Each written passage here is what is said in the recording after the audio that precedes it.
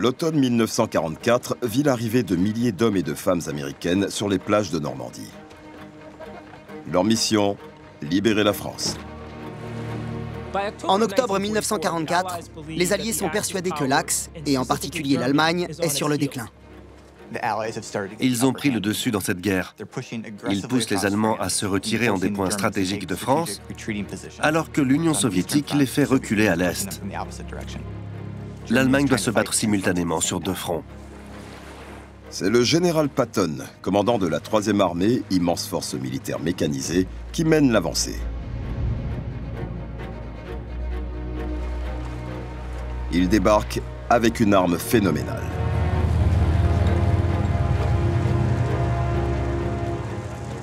Bataille après bataille, les chars d'assaut vont devenir un facteur décisif pour les Alliés.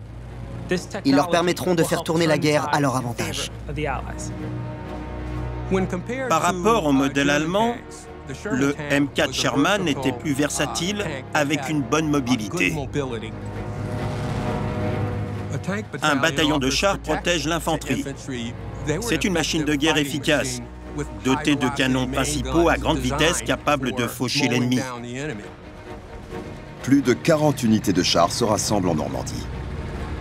Parmi elles, le 1er bataillon noir, le 761e, composé d'une cinquantaine de machines et de 700 hommes. Certains ont été immortalisés en photo, comme sur celle-ci. Mais vous ne trouverez que très peu de films les montrant en action, car les caméras préféraient regarder ailleurs.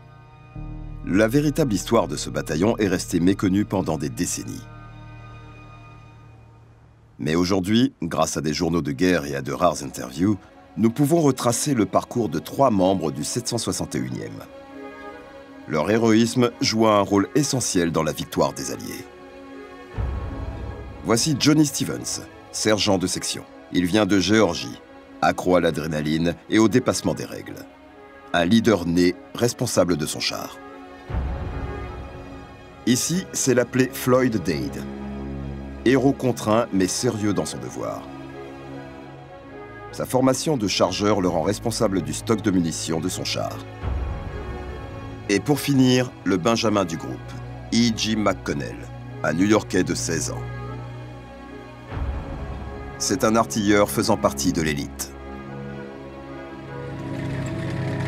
Voici son témoignage 50 ans après la guerre. Il se souvient de ce qui l'a poussé à s'engager. Man, I just wanted to volunteer for the tanks. I just felt it was a patriotic duty. That's where I wanted to go, and I wanted a piece of action.